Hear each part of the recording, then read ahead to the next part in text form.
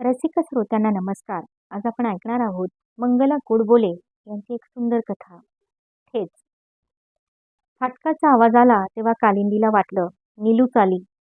10 मिनिटात येते असं सांगून ती गेल्याला जवळजवळ 1 तास होत आला होता. तरी कालिंदीनं तिला 10दा बजावलं होतं. भाई यायच्या आत घरी ये. म्हणजे उगीच रात्रीचं जेवण तणावपूर्ण वातावरणामध्ये पार पडायला नको. पण सांगितल्या वेळेला घरी येईल तर ती नीलू कसली. कालिंदीनं फाटकापर्यंत नजर टाकली आणि बाई दृष्टीला पडल्याबरोबर ती चपापली. बाई दुकान बंद करून घरी सुद्धा आले. त्या अर्थी 8:30 वाजून गेले असणार. नीलूनं इतक्या उशिरापर्यंत घराबाहेर राहणं आईबाप म्हणून तिला आणि भाईंना पसंत नव्हतं. त्याविषयी वेळोवेळी वेगवेगळ्या प्रकारांनी बोलून झालं होतं. पण ती ते मनावर घेत नव्हती. भाईंना ते नजरेआड करवत नव्हतं आणि मधल्यामध्ये कालिंदीची मात्र पंचायत होत होती. तिनं लगबगीनं घरात येऊन सतारीची एक कॅसेट लावली आणि काहीच झालं नसल्यासारखं तिनं काम सुरू ठेवलं. मध्येच म्हणाली, जेवायला बसायचं का? नको, सगळे एकदमच बसू. बाईंनी पेपर चाळून उत्तर दिलं. तेव्हा ती पुन्हा धास्तावली. हे सहजच असं म्हणाले की काही खास हेतूनं. वास्तविक रात्रीचं जेवण सर्वांनी एकत्र घ्यायचं हा त्यांच्या घराचा कित्येक वर्षाचा परिपाठ होता. दिवसभरात तशी दुसरी संधी नसे. शाळा कॉलेजच्या वेळा आणि दुकानाच्या वेळा वेगळ्या असत. आठवडी सुट्ट्याही वेगळ्या असत. मुळात घरचा धंदा असल्याने बाईंना फारशा सुट्ट्याच नसत. मसाल्याच्या खरेदीसाठी मुंबईला दिल्लीला त्यांना जावं लागे तेवढंच. पण एरवी वर्षानुवर्षात त्यांना सुट्टी बदल विसावा माहीत नसे. लहान असताना नीलू यावरून त्यांच्याशी चांगली भांडायची. आमच्याबरोबर लग्न कार्याला या, नाटक सिनेमाला या, गावाला चला म्हणून खूप हट्ट करायची आणि त्यांनी ऐकलं नाही की रुसून बसायची. कुठे ती तेव्हाची स्नेहशील नाती आणि कुठे आजचा दुरावा. कालिंदीनं भाईंकडे पाहिलं. ते तिच्याकडे बघत म्हणत होते, नंदनचं पत्र आलं का? आजच्या दुपारच्या डाकेनं तरी? नाही. पोरगा रमला बरं का तिथे. सुरुवातीला कशी आठवड्याच्या आठवड्याला पत्र पाठवायचा. छोट्या मोठ्या सबबी काढून फोन करायचा. आता महिना महिना खबर बात कळत नाही त्याची. अहो चालायचंच. नव्या ठिकाणी रमायची वयच आहेत त्यांची. अगं हो, पण ती ठिकाणं भरवशाची, प्रतिष्ठेची आहेत हे आपण बघायला नको का? नंदनचं कॉलेज, हॉस्टेल, तिथला स्टाफ, तिथली मुलं मुली किती बारकाईनं पाहून आलो आपण. शेवटी आपल्या हातात जेवढं आहे तेवढं आपण करायचं. खबरदारी घ्यायची, तजवीज करायची, शहानिशा करून घ्यायची. पुढे ज्याचं त्याचं नशीब ज्याच्या त्याच्या बरोबर.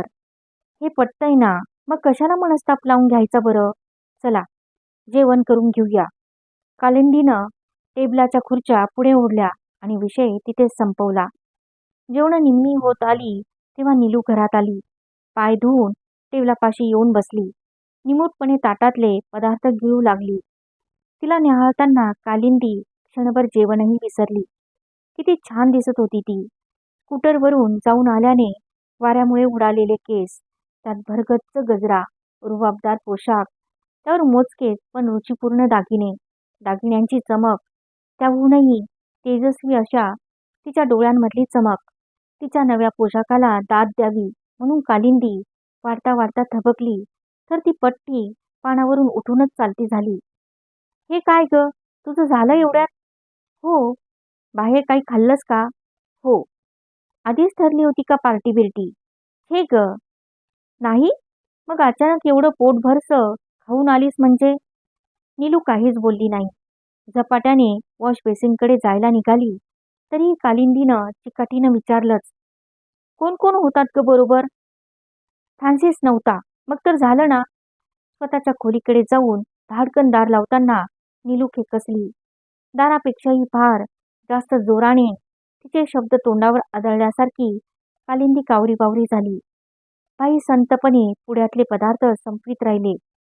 कालिंदीचं जेवण आधीच संपलं होतं, तरी ती पुतळ्यासारखी त्यांच्यासोबत बसून राहिली. मागच्या वर्षी याच सुमारास फ्रान्सिसचं नाव घरात प्रथम निघालं होतं. कॉलेजच्या ऑर्केस्ट्रामध्ये छान बोंगो वाजवणारा मुलगा म्हणून. गॅदरिंगमध्ये नीलूचं गाणं झालं. त्या निमित्तानं त्यांची ओळख झाली. त्या काही दिवसांमध्ये घरात वरचेवर त्याचा विषय निघायचा. त्यात फारसं काही खटकायचं कारणच नव्हतं. मुलांच्या वाढीच्या टप्प्यामध्ये अशा प्रकारे एकेका व्यक्तीच्या विषयांच्या छंदाच्या लाटा आलेल्याही पाहिल्या होत्या आणि गेलेल्याही पाहिल्या होत्या. पण ही लाट अशी महापूर बनून चहूबाजूंनी घेरेल याची तेव्हा कुठे कल्पना होती. जेवणानंतरची आवरावर करून ती गच्चीत हळूच त्यांच्या मागे गेली आणि म्हणाली, तुम्ही तरी नीट जेवलात का हो? न जेवायला काय झालं? मधला महिना दीड महिना बरा गेला होता. ही विसरली होती बहुतेक ते वेळ. कशावरून म्हणतेस? चांगली वागत होती आपल्याशी. घरातच असायची. तो गेला असेल कुठे गावाबिवाला. काय माहिती. तसंच काहीतरी असणार. एरवी हे वेळ असं सहजासहजी जाण्यातलं नसतं. आपल्याला तरी हे कोणी सांगायला नको का? कालिंदी कसनुचं हसली. बाईंनी तिच्या खांद्यावर थोपटल्यासारखं केलं आणि म्हटलं, अजून त्या आठवणींनी एवढी विद्ध होतेस? आपला लव्ह मॅरेजचा पराक्रम इतिहास जमा झाला तरी? छे छे. तिनं त्यांना झटकल्यासारखं केलं. पण डोळ्यातलं पाणी काही तिला थांबवता आलं नाही. बाईंनी तिला जवळजवळ दटावलं.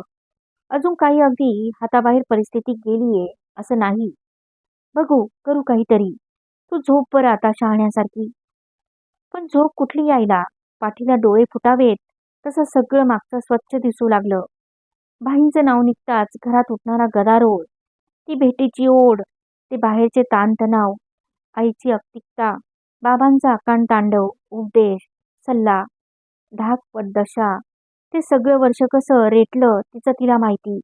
शेवटी एका क्षणी ते सारं असह्य झालं आणि नेसत्या कपड्यांनीशी बाईसकट ते घर, गाव सगळं सोडलं. एक संघर्ष संपला. दुसरा संघर्ष सुरू झाला. काल परवा घडल्यासारखं हे सगळं स्मृतीमध्ये ताजं असताना नीलूला मनाला येईल ते करू देणं शक्य होतं? झोपण्यापूर्वीच तिनं निश्चय केला, नीलू कितीही टाळाटाळ करू, आपण सगळं खोल मनातलं तिला ऐकवायचंच, ऐकवत राहायचं. पुढचे 2-3 दिवस तशी संधीच आली नाही. नीलूचं कॉलेज, जिमखाना, गाण्याचा क्लास वगैरे सुरू राहिलं. भाई पण दुकानात नेहमीप्रमाणे गडून गेले. नंदनचं पत्र आलं. त्यात तेवढं त्यानं एक सूचक वाक्य लिहिलं होतं. नीलूला म्हणावं, कधी कधी आम्हालाही एखादं पत्र पाठवीत जा. आम्हालाही? म्हणजे ही सारखी इतर कोणाला पत्र लिहिते का? नंदन इथे असताना लिहित होती का? त्याला हे माहीत होतं का? मग आपल्यालाच तेवढं? तिच्या डोक्यात परत चाळा सुरू झाला. मुलं लहान होती तेव्हा घरही लहान होतं. सगळ्यांचे सगळे व्यवहार उघड्यावर चालायचे. अर्थात आवर्जून लपवण्याजोगं तेव्हा कुणापाशी काही नसायचं पण. पण दुकानासमोरचा रस्ता हायवे झाला. जवळपास सोसायट्या, घर, बंगले वाढले. मालाला बराच उठाव आला आणि बघता बघता चित्र पालटलं. दुकान वाढलं. भाड्याची जागा जाऊन स्वतःची टुमदार बंगली उभी राहिली. प्रत्येकाला स्वतंत्र खोल्या झाल्या. तोवर मुलंही मोठी झालेली होती. त्यामुळे त्यांची स्वतंत्र विश्व आकाराला येणार हे समजत होतं. तरीही त्या विश्वामधून आपल्याला कटाक्षाने बाहेर ठेवण्यात येईल हे पचवणं कठीणच होतं. उदाहरणार्थ ही नीलूची खोली. साधं दिवसाही पलंगावर लोळताना ती आवर्जून खोलीचं दार लावायला लागली. त्या बंद दाराआड ती कोणाला पत्र लिहिते, सांगते ते कसं कळणार? अलीकडेच एकदा नीलूच्या अनुपस्थितीत कालिंदीनं तिची खोली आवरली. म्हणून केवढा थैथयाट केला होता तिने. तिला हवे होते कसले तरी कागद. लवकर सापडेनात म्हणून केवढी भडकली आणि एकदम बोलतच सुटली. माझ्या खोलीत उचकापाचकी कोणी केली? उचकापाचकी नव्हे ग, मी जरा आवराआवर करायला गेले होते. आवराआवर की शोधाशोध करायला गेली? उगाच काय काहीतरी बोलते. मला काय शोधायचं असणार तुझ्या खोलीत? अगं तू बघत असशील कुठे एखादं प्रेमपत्र वगैरे मिळतं का म्हणून. तसं काही नसतं गाई. आत्ताच्या दिवसामध्ये प्रेमपत्र, झाडाच्या फांदीवर बसलेली पाखरांची जोडी, सुगंधी हातरुमालांची देवघेव, पुस्तकाच्या पानांमधली ती पिंपळाची पानं. बोलता बोलता ती हसतच सुटली. कालिंदीला क्षणभर भीती वाटली. हे सततचे ताण आणि मध्ये असं हसत सुटणं. तिच्या मनाचा तोल तर ढळत चालला नसेल. ती नीलूकडे एकटक बघत राहिली असताना नीलू तिला म्हणाली, बघतेस काय अशी? अगदी ठीक आहे मी. मला एवढंच म्हणायचं होतं, तुमच्या त्या जुन्या पाण्या गोष्टी सगळ्या बदलत चालल्या आहेत आता. हो, पण मला सगळं तेच दिसतंय. शब्द कालिंदीच्या अगदी तोंडावर आले होते, पण ती बोलली नाही. नीलूनं ते हसण्यावारी नेण्याची शक्यता होतीच. पण खरोखरच हे असं बेछूट हसणं सोडलं तर बाकी काही बदललेलं नव्हतं. आज जसं फ्रान्सिसचं नाव घरात घुसलं होतं, तसंच केव्हा तरी भाईंचंही नाव त्यांच्या घरात घुसलं होतं. वाड्यातल्या एका भाडेकरूचा नातलग म्हणून ते प्रथम सहवासात आले. त्यावेळी कोणाला कल्पनाही नव्हती की हा साधासुधा माणूस सगळ्या घरादाराला इतके मुळापासून हादरे देईल म्हणून. पण तसं घडलं खरं. सहवासानं तोंड ओळख, गप्पा गोष्टी, भेटीगाठी या पायऱ्या कशा आणि कधी ओलांडल्या हे कोणालाही कळलं नाही. खुद्द कालिंदीला आणि भाईंनाही. मग मात्र एकदम प्रश्नानं अकराळ विक्राळ रूप धारण केलं. सुरुवातीला फ्रान्सिसबाबत तरी कुठे काय खटकलं होतं. शिक्षणासाठी गावात एकटा राहणारा मुलगा म्हणून तो जरा जास्त निमित्तानं घरी येतोय. यात आपलेपणाची भूक आहे असं वाटलं होतं. नीलूवर विश्वास होता, आपल्या संस्कारांवर विश्वास होता. त्यामुळे तात्कालिक मैत्रीपलीकडे काही धोका उभा राहील असं स्वप्नात सुद्धा वाटलं नव्हतं.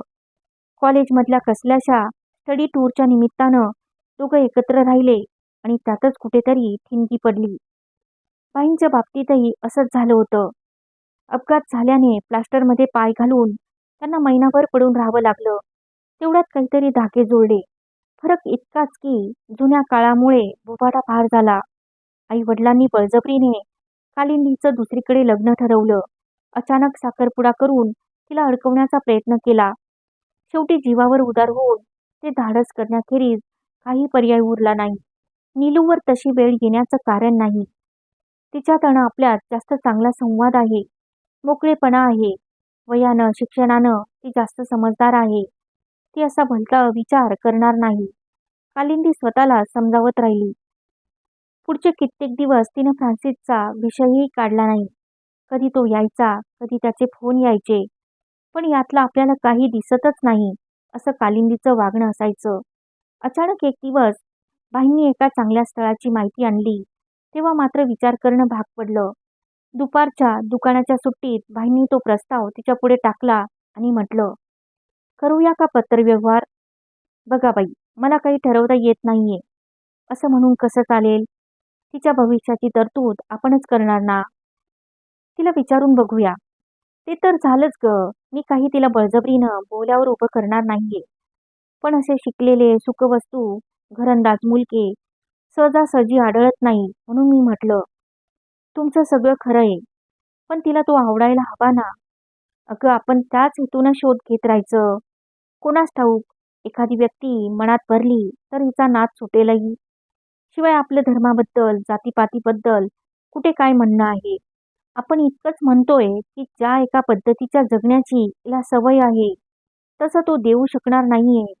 त्याची कुवत दिसत नाही. धडपडून काही मिळवणारी माणसं मुळी वेगळीच दिसतात.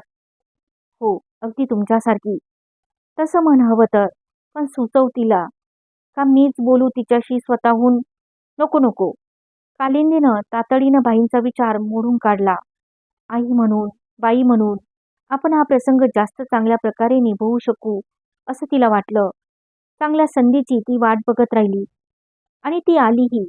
एकदा नीलू घरात नसताना फ्रान्सिस घरी आला. तेव्हा तिने सरळ सरळ त्याच्यापुढे प्रस्तावच मांडला. अरे फ्रान्सिस, तुझं पुढे काय करण्याचा विचार आहे? तो काहीच बोलला नाही.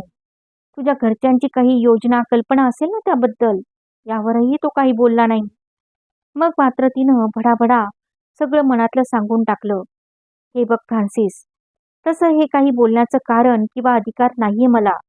पण तू नेहमी भेटणाऱ्यातला म्हणून तुला सांगते. सगळ्यांनी शिक्षण घेतलंच पाहिजे असं नाही. पण जगण्यासाठी काहीतरी करणं भाग आहे ना. मग ते वेळीच का ठरवू नये? आता आमचंच बघ ना. दुकानाचा छान जम बसलाय. 1-2 शाखा काढल्या तरी त्या चांगल्या चालतील इतकं नाव झालंय आता. पण ते वाढते व्याप सावरायला कोणीतरी भरवशाचा माणूस हवं ना. म्हणजे समजा उदाहरणार्थ एक आपला प्रयोग म्हणून तूच असं काही वर्ष 2 वर्ष व्यवस्थितपणे चालवून दाखवू शकलास तर. तिनं बोलता बोलता मुद्दाम थांबून त्याचा अंदाज घेतला. त्यानं निश्चित कोणतीही प्रतिक्रिया दाखवली नाही. सक्ती नाहीये काही, पण असा काही अंदाज आला तर पुढचं ठरवायला मदत होईल, नाही का? मी नीलूलाही सांगणारच होते एकदा, पण म्हटलं पहिले तुला. ती काही म्हणो किंवा न म्हणो, नीलूला फ्रान्सिसबद्दल सगळं कळलंच. मग मात्र ती एकदम पिसाळली. बाई दुकानात गेल्या गेल्या कालिंदीच्या अंगावर धावून येत म्हणाली, हे काय आरंभलायत तुम्ही दोघांनी? आम्ही? कुठे काय? उगाच वेळ घेऊन पेडगावला जाऊ नकोस आई. माझ्या लग्नासाठी एखादा पण वगैरे लावायला तुम्ही काय मला सीता द्रौपदी समजलात का? अगं भाई, तुझ्यासाठी चांगली स्थळं बघायला लागलेत. काय? हो. यांना थोपवायच्या दृष्टीने मला हेच बरं वाटलं. वर्षभरात फ्रान्सिसनं चांगलं काही करून दाखवलं तर तेवढंच त्याच्या बाजूनं. आणि समजा नाही दाखवता आलं तर? आई, बाईंनी काय अशी कर्तबगारी करून दाखवली होती म्हणून तू त्यांच्याशी लग्न केलंस? कालिंदी एकदम अवाक झाली. या एका प्रश्नाला भिवून तर ती आजवर बोलणं पुढे ढकलत आली होती. पण शेवटी तो प्रश्न समोर आलाच. तिच्यापाशी शाब्दिक उत्तर नव्हतंच. मग तिचे डोळे पाण्यानं उत्तर द्यायला लागले. पण नीलूवर त्याचा काहीही परिणाम झाला नाही. उलट जास्तच चिडून ती तिला म्हणाली, हे सगळं कधी संपणार आहे? मी हे घर सोडून गेल्यावर? अगं नीलू, असं म्हणू नकोस ग राजा. माझा ऐक तरी. कंटाळा आलाय मला ते ऐकून. तू ब्राह्मण, भाई मराठा, हेच ना? तरी पुन्हा ऐक एकदा. लक्षात ठेव माझं सांगणं. या नुसत्या भाकड गोष्टी नाहीत, अनुभव आहेत आमच्या पाठीशी. मलाही येईल अनुभव. तुझ्या काळातला आंतरजातीय विवाह काय आणि आजचं माझं आंतरधर्मीय लग्न काय? अंतराच्या दृष्टीनं सारखंच ग सगळं. म्हणून तर इतकं जीव तोडून सांगते राजा. आज गोड वाटतंय सगळं तुला, पण पुढे पदोपदी जगाच्या ठोकरा बसल्या की कळेल मग तुला. कशावरून ठोकरा बसतील? चांगलंही येईल आमच्या अनुभवाला. तसंच येऊ दे ग बाई. तुझा आशीर्वाद आहे ना, मग झालं तर. नीलू, माझ्याही आईचा आशीर्वाद होता ग, पण फार क्वचित कामाला आला तो. सुरुवातीला कित्येक वर्ष नुसतीच दमछाक होत राहिली. माहेरानं झिडकारलं, सासरनं स्वीकारायला नकार दिला. जग हसायला सज्ज झालं. पैसा नव्हताच गाठीशी. त्यात नंदनचा जन्म झाला भरीत भर म्हणून. आम्ही अशी कोणतीही चूक करणार नाही आई. काय? कालिंदी इतक्या मोठ्यांदा म्हणाली की क्षणभर दोघी अवाक होऊन एकमेकींकडे बघत राहिल्या. कालिंदीनं खुर्चीच्या हाताचा आधार घेतला आणि ती संतपणे म्हणाली, सॉरी, मी इतकं एक्साईट व्हायला नको होतं. तेच तर मी म्हणते. मी आणि फ्रान्सिस दोघेही सज्ञान आहोत. आता तो गोव्याचा ख्रिश्चन आहे आणि म्हणण्यासारखा. शिकलेला नाही हे खरं आहे, पण मी ग्रॅज्युएट आहे. 5-6 महिन्यामध्ये MSc होईल. पुढे सापडेल ना एक एक एक मार्ग. तुम्हाला नाही का सापडला? आज काय वाईट चाललंय तुमचं? चांगल्या नोकरीपेक्षा चांगले पैसे मिळवित असतील ना भाई? अगं हो, पण ते आज 24-25 वर्षांनी. पण आम्हालाही तसेच कधीतरी मिळतील ना. प्लीज नीलू, वाद घालू नकोस. राहवत नाही म्हणून सांगते. ही वाट सोपी नाही राजा. फार काही तोडवावं ओलांडावं लागतं. तेही आपल्याला बायकांनाच. पायही उघडा पडू द्यायचा नाही आणि चादरही कुठे वेडी वाकडी फाटू द्यायची नाही. म्हणजे मोठी तारेवरची कसरत असते ग. अगं त्या वेळी निपटं कसं बस, पण नंतर जीव थकून भागून जातो. आता माझ्या अशा थकल्या भागल्या जीवाला आणखी शिणू नकोस रे बाळा. तिनं फक्त नीलूच्या पाया पडायचं शिल्लक ठेवलं. त्यानं नीलू पुरती ओशाळून गेली. पुन्हा पुन्हा सांगत राहिली, असं काय करतेस ग आई? जगात तुला मान खाली घालावी लागेल असं काही करणार नाही, एवढं सांगते बघ. हे जगाचं झालं, पण माझ्या मनाचं काय? एक मात्र बरं झालं होतं. मधल्या या सगळ्या बोभाट्यानं फ्रान्सिसचं घरी येणं कमी झालं होतं. फोनही फारसे येत नव्हते. त्यामुळे प्रत्यक्ष विषयाला कधी तोंड फुटत नव्हतं. आणखी बदल मिळावा म्हणून भाईंनी सर्वांना नंदनच्या हॉस्टेलवर न्यायचं ठरवलं. तो कार्यक्रमही छान पार पडला. वेगळ्या गावात, वेगळ्या वातावरणात 4-5 दिवस खूप आनंदात गेले. अनेक वर्षांनंतर भाईंनी इतकी सुट्टी घेतली. अनेक दिवसांनंतर चौघेजण इतके एकत्र राहिले आणि तेही कोणताही तणाव नसताना. जसा काही फ्रान्सिस नावाचा कोणी इसम कधी नव्हताच. असलाच तरी तो नीलूच्या आयुष्यात आला नव्हता. सगळ्या घरादारावर काळ्या कुट्ट ढगासारखा पसरला नव्हता. आणि एक फ्रान्सिसची अशुभ सावली सोडली तर बाकी कमीच काय होतं. मुलगा, मुलगी, पैसा अडका, नाव, स्थान, वर्तमानातलं स्थैर्य आणि भविष्याची तरतूद. आणखी काय लागतंय माणसाला? परत येण्याच्या आदल्या दिवशी चौघही एकत्र रूमवर बसले होते. तेव्हा कालिंदी सहजच म्हणून गेली, नीलू, एक छानसं गाणं म्हण ग बाई. किती दिवसांनी तुला गाताना ऐकलं नाही. भाईंनी पण तिला दुजोरा दिला. तू गाणं म्हण, नंदन मस्तपैकी ठेका देईल. आठवतंय का? आपल्या जुन्या घराच्या गच्चीवर आपण सगळे उन्हाळ्यात रात्री झोपायचो तेव्हा झोप लागण्यापूर्वी आपला किती रंगतदार कार्यक्रम व्हायचा. तू गाणी म्हणायचीस तेव्हा हा नंदा मिळेल ते वाटी भांड चमचा हाताशी घेऊन ठेका धरायचा. मी शिट्टी वाजवायचो. ती अडलेले शब्द आठवून द्यायची. त्या सगळ्यात रात्र कशी चढत जायची नाही. त्या सगळ्या आठवणींनी भाई पण अंतर्बाह्य फुलून आले. म्हटलं तर सगळ्या छोट्या क्षुल्लक गोष्टी, पण किती खेळीमेळीचं उत्साहाचं वातावरण निर्माण व्हायचं त्यातून. आत्ताही त्या आठवणींनी कालिंदी, भाई आणि नंदन फुलून आले. नीलू मात्र गप्पच होती. मग नंदनही तिला भरीला घालायला लागला. म्हण ना रे नील्या, ते कुठलं तरी तुझं गॅदरिंग मधलं गाणं. काय ते, ओ सजना, काय ते म्हणत होती ग तू? खरंच म्हण ना ग. मस्त म्हणायचीस ते तू. तिघांनीही तिला जसं काही घेरलंच. का मला त्रास देताय रे सगळे? हा, मी गाणं सोडलंय. तुम्हाला हवं तेव्हा म्हणायला आणि हवं तेव्हा थांबायला. मी म्हणजे काय कळसूत्री बावली नाहीये, समजलं का? सर्वांनी तो विषय तिथेच सोडला. साहजिकच होतं ते. कालिंदीला मात्र मनात रुखरुख लागून राहिली. चांगलं जमून आलेलं वातावरण पुन्हा विस्कटलं याची खंत त्यामागे होतीच. पण नीलूच्या बाबतीत आपलं धोरण चुकलं की काय या शंकेनंही पुन्हा डोकं वर काढलं होतं. वाढत्या मुलीचे आईबाप म्हणून आपण कुठेतरी कमी पडलो का? तिचं मन, तिच्या आकांक्षा, तिची स्वप्न आपल्याला कळलीच नाहीत की काय? तिच्या मनासारखं तिला मुक्तपणे करू दिलं असतं तर? पण ते काय एवढं सोपं असतं?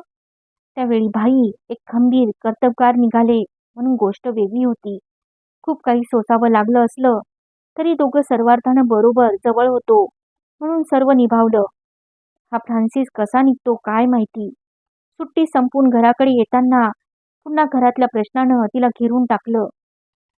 का, कसं, कोणी, कुठं आणि सर्वात महत्वाचं म्हणजे पुढे काय? आज काय? महिना 2 महिन्यात काय? आणि वर्षभरानंतर तरी काय? पण एवढी वेळ आलीच नाही. गावाहून परत आल्याच्या दुसऱ्याच दिवशी नीलू सकाळी लेक्चरला म्हणून जी बाहेर पडली ती दिवसभर घरी आलीच नाही. कालिंदीने तिची जेवणासाठी वाट पाहिली. चहा नाश्त्याला ती कितीतरी वेळ थांबून राहिली. तरीही भाईंना तिनं पत्ता लागू दिला नव्हता. निघालं असेल काहीतरी काम, कुठेतरी अडकली असेल, बऱ्याच दिवसांनी मैत्रिणी भेटल्यानं गप्पा रंगल्या असतील, असे अंदाज करीत ती अस्वस्थपणे बसून राहिली. तिन्ही सांजा झाल्यावर मात्र तिचा धीर सुटला. रात्री दुकान बंद करून भाई घरी आले तेव्हा तिनं सगळा प्रकार त्यांना सांगितला. ते तिला शोधायला निघणारच होते. तरीही तिनं त्यांना आग्रहाने 2 घास खायला दिले. यानंतर पुढे काय वाढून ठेवलं होतं कुणास ठाऊक. आधी कॉलेजमध्ये जावं की पोलिसात नोंदवावं की फ्रान्सिसचा पत्ता काढावा अशा विचारात ती दोघं असताना नीलू घरी आली. रात्रीचे 10 वाजत आले होते. पण एवढ्या उशिराबद्दल नीलूला फार काही वाटल्याचं दिसत नव्हतं. तिनं नेहमीसारख्या दरवाजा मागे चपला काढल्या आणि ती आत जायला लागली तेव्हा भाईंनी म्हटलं, नीलू, इकडे ये. माझं काम आहे तुझ्याशी. नंतर बोलूया ना बाई, मी खूप थकले. नाही, फार महत्वाचं बोलणं आहे. बाईंचा आवाज इतका वर चढला की सगळं घर जसं काही थरारून गेलं. कालिंदी जीव मुठीत घेऊन बसून राहिली. नीलू नाराजीनं बाईंच्या समोर येऊन म्हणाली, बोला, काय म्हणताय? इतका वेळ कुठे होतीस? बाहेर होती. ते मला कळतंय. कुठे, कुणाबरोबर होतीस हे मला कळणं आवश्यक आहे. मला नाही वाटत तसं भाई. नीलू, फ्रान्सिस बरोबर होतीस का? होय. तुला हवंय तरी काय? मारणं, कोंडून ठेवणं, पोलिसात तक्रार असं काही करण्याची वाट बघतेस का तू? त्याचा काही उपयोग होणार नाही बाई. नीलू त्यांच्या डोळ्याला डोळा भिडवून शांतपणे म्हणाली. कालिंदीच्या अंगावरून सरसरून काटा आला. वाटलं कुठून आलं असेल हे बळ हिच्यामध्ये. काल परवापर्यंत साध्या गोष्टीतल्या भूताला, अंधाराला, पोलिसाला भिणारी आणि भाईंना घट्ट बिलगणारी मुलगी हीच का? तिनं नजरेनं नीलूला इशारा करण्याचा प्रयत्न केला, पण ती काही ऐकण्याच्या मनस्थितीतच नव्हती. शांतपणे पण ठामपणे तिनं सांगून टाकलं, आई, भाई, मला वाटतं तुम्ही आता हे स्वीकारायला पाहिजे. माझं फ्रान्सिसवर खूप प्रेम आहे. आम्ही लग्न करणार आहोत. या गोष्टीत आता कोणीही काहीही बदल करू शकणार नाही. It's only a question of time now. Question of time? कधी? केव्हा? हाच तेवढा किरकोळ प्रश्न आहे. बाकी सगळं निश्चित आणि अटळ आहे. कालिंदीनं ऐकता ऐकता भाईकडे पाहिलं. त्यांचे कान लालबुंद झाले होते. चेहरा फुलला होता. त्यांना एवढं संतापलेलं तिनं कित्येक वर्षांमध्ये पाहिलं नव्हतं. वातावरणातला हा ताण नीलूलाही असह्य झाला असावा, म्हणून ती सहज सांगितल्यासारखं सांगायला लागली. तुम्हाला वाटतो तेवढा वाईट नाहीये तो. तुम्ही पूर्वग्रहानं बघताय म्हणून तसं वाटतंय तुम्हाला. त्यालाही संधी दिली तर तो काहीतरी करेल. संधी? दारात उभा करणार नाही मी त्याला. आणि तू लग्न करून बसलीस तर तुलाही लायकी नाही तुमची माझ्यासमोर येण्याची. विहिरीत उड्या मारल्या तरी चालेल. नाहीतरी माझ्या दृष्टीनं तुम्ही संपलेलाच आहात. एक एक संधी द्यायला घ्यायला हा काही भातुकलीचा खेळ वाटला तुम्हाला? रोजची मरणं मरावी लागतील तेव्हा कळेल. पुरे ना, पुरे. आशीर्वाद देता येत नसेल तर शाप तरी देऊ नका. कालिंदी कयावया करायला लागली, पण भाईंना भान नव्हतं. त्यांचे ते बेभान हातवारे, टिपेचा सूर, रक्ताळलेले डोळे बघून तीही भेदरली आणि निमूटपणे आतमध्ये जायला लागली. तशातही भाई तिच्या अंगावर धावून गेले आणि किंचाळले, चाललीस कुठे? माझी सगळी देणी फेडून परत जा. उतरवते अंगा खांद्यावरचे दागिने. टाक सगळा शिक्षणाचा खर्च. चुकव पै आणि पैसा आणि मगच तुझं तोंड काळं कर. समजलं? नीलूनं कसंबसं या भडीमारातून स्वतःला सावरलं. तिनं तावातावानं हातातलं घड्याळ, बांगड्या, अंगठी काढून ठेवली आणि ती आत गेली. एकदम भयान सन्नाटा पसरला. कालिंदीनं पंखा सुरू केला. भाईंना बसवले. गरम कॉफी आणून दिली आणि 10-15 मिनिटं तशीच जाऊ दिल्यावर हळूच तिनं विषय काढला. झोपायला जाऊया ना? आज कसला अवतार धारण केला होतात? मला फार भीती वाटली. अगं, तिला भीती वाटायला हवी होती. ती आता सगळ्याच्या पल्याड गेली आहे हो. जाऊ दे. पुन्हा माघारी येऊ देणार नाही एवढं मात्र लक्षात ठेव. असं दूर केल्यानं कुठे कुणाला सुख लागतं का कधी? आपल्याला लागलं होतं का सुख? आपल्या आईवडिलांना लागलं होतं का? सांगा. तेव्हा तिच्यासमोर काही म्हटलं नाही मी, पण आता तुम्हाला सांगते. अशा निर्वाणीच्या भाषेवर माझा विश्वास नाही. ती एकटक त्यांच्याकडे बघत राहिली. अगं, माझा तर कशावरच विश्वास उरला नाहीये. त्यांनीही खिन्न होऊन मान हलवली. स्वतःशीच बोलल्यासारखे बोलायला लागले. तिला सगळे पर्याय सुचवले होते. सगळ्या प्रकारांनी सांगून बघितलं होतं. पहिल्या क्षणी काहीही निकराची वृत्ती धरली नव्हती आपण. तिला स्वतःला एक कळत नसेल असं समजू, पण आपण एवढं अनुभवाचं शहाणपण सांगतोय तरी ती. कालिंदीनं त्यांचा हात सोडला. उभी राहिली. एक मोठा सुस्कारा टाकला आणि म्हणाली, तेच तर आहे. नुसतं आपण रक्त आटवून काय फायदा? आयुष्यात पुढच्यांच्या ठेचांमुळे मागची शहाणी होत असती तर किती सोपं झालं असतं सगळं. पण तसं होत नाही. शेवटी ज्याच्या त्याच्या ठेचा तोच खातो आणि दुखऱ्या पायांनी ज्याची वाट तोच चालतो. तेच मला काही समजत नाही. ती त्याचा तरी आधार घेऊ शकते, नाहीतर माझा तरी. समजलं? बाईंनी निक्षून सांगितलं आणि ते झोपण्याच्या खोलीकडे निघाले. कालिंदी त्यांच्या मागोमाग जाणारच होती. तेवढ्यात तिला नीलूने काढून ठेवलेल्या बांगड्या, अंगठी, कानातल्या रिंगा दिसल्या. तिनं हळूवारपणे त्या गोष्टी उचलल्या. बांगड्या स्वतःच्या हातात सरकवल्या आणि घड्याळ, अंगठी, रिंगा सर्व मुठीमध्ये घट्ट धरून ती खोलीकडे निघाली. हे घड्याळ तिला कॉलेजमध्ये जाण्याच्या पहिल्या दिवशी घेतलेलं. हे दागिने हौसेनं एकेका निमित्ताने केलेले. या सगळ्यांचं अखेरीस असं व्हावं. तिनं हौस धरावी, आपण ती पुरवावी. तिनं हट्ट करावा, आपण तो मिटवावा. यातल्या सगळ्या आनंदाची ही अशी अखेर. तिनं उशीखाली त्या सगळ्या वस्तू ठेवल्या आणि उशीवर डोकं टेकलं. डोळे घट्ट मिटून घेतले, पण आतून आग आग झाल्यासारखे ते टक्क उघडेच. भाईंची पण चुळबुळ सुरूच होती.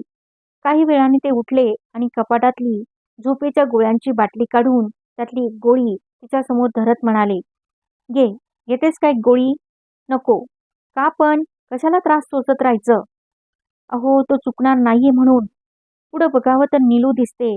मागे वळावं तर आईचा चेहरा डोळ्यांसमोरून हलत नाही. तिला त्यावेळी काय यातना झाल्या असतील हे मला आज कळतंय. दोघींची देणी दिल्याशिवाय मला सुटका नाही, ती पुटपुटली. बाईंनी खांदे उडवले. स्वतः झोपेच्या 2 गोळ्या घेतल्या आणि डोक्यावरून पांघरून घेऊन स्वतःला अंधाराच्या स्वाधीन केलं. खिडकीतून येणारा चांदण्यांचा कवळसा कालिंदी निहाळत राहिली. संत वारा वाहत होता. बाहेर नीरव शांतता पसरली होती. आणखी एक दिवस संपला होता. उद्याचा दिवस कसा उजाडेल सांगवत नव्हता. त्या दिवसाच्या प्रतीक्षेत तिचे डोळे मिटू लागले. जरा डोळा लागतो न लागतो तेवढ्यात तिला फाटकाचा आवाज आल्याचा भास झाला. तिनं उशालगतचा टॉर्च शेजारच्या छोट्या टेबलावरच्या घड्याळावर मारला. रात्रीची 12 वाजून काही मिनिटं झालेली होती. आता फाटक कसं वाजेल? तिनं डोळ्यांवर घट्ट हात ठेवला आणि पुन्हा झोपण्याचा प्रयत्न केला. शेजारी भाई संत लईत घोरत होते. बाकी सगळ्या दाट शांततेत तेवढाच आवाज घुमल्यासारखा वाटत होता. तिनं त्यांच्या अंगावरचे पांघरून नीट केलं आणि त्यांच्या अंगावर हात ठेवला. तेवढंच तिला अस्वस्थ वाटलं. काही मिनिटं गेल्यावर ती उठून बसली. नक्कीच काहीतरी हालचाल चालली होती घरात. काय असावी? तिनं कान टवकारले. बाहेरून कसल्या तरी किल्ल्या किणकिणल्यासारख्या वाटल्या. दबत्या पावलानं कोणीतरी चालल्यासारखं वाटलं. कोण असेल? तिला अंथरुणात बसणं अशक्य झालं. कसं तरी पातळ सावरत ती खोली बाहेर आली. बाहेर दिवा नव्हता, पण मुख्य दरवाजा उघडून कोणीतरी बाहेर निसटलं आणि तेवढ्या क्षणार्धात रस्त्यावरच्या ट्यूबलाईटच्या प्रकाशात काहीतरी चकाकलं. कालिंदी चित्त्यासारखी झडप घालून तिथवर पोहोचली. दबत्या आवाजात कुजबुजली. कोण आहे? थांब बरं. फाटका बाहेर आणि आत दोन्हींकडे चुळबुळ झाली. एकदम साक्षात्कार झाल्यासारखी ती बोलून गेली. नीलू, तू आहेस का? नीलूनं काहीच उत्तर दिलं नाही. बाहेरून फ्रान्सिसचा आवाज आला. नीलू, निघ लवकर. आता अडकलीस तर पुन्हा कधी सुटायची नाहीस इथून. Come on, get going. नीलूनं स्वतःच्या हातातली बॅग त्याच्याकडे सरकवली. कालिंदीच्या काळजात खोल कळ उठली. सगळे उपाय थकले, सगळे प्रयत्न हरले. काल परवा भेटलेल्या तिच्या तरुण मित्रानं आपल्याला, जन्मदात्या आईबापांना, चारी मुंड्या चित केलं. हाती काय उरलं? तिला हातापायातलं सगळं बळच केल्यासारखं वाटलं. गळा काढून रडावंसं वाटलं. त्यानं तरी नीलूचं हृदय द्रवेल आणि ती परत माघारी फिरेल. मी जाते आई, तू झोप जा. माझी काळजी करू नकोस. नीलू गडबडीनं म्हणाली. तिला वाटलं होतं आई आरडाओरडा करील, रडेल, भेकेल, भाईसाहेबांना उठवेल. मग ते तर पोलिसांपर्यंतही जायला कमी करणार नाही. त्यापेक्षा तमाशाच्या आधीच इथून पाय काढता आला तर किती बरं होईल. नीलू, बेटा, कालिंदी म्हणाली तेव्हा ती फाटकाबाहेर पोचलेली होती.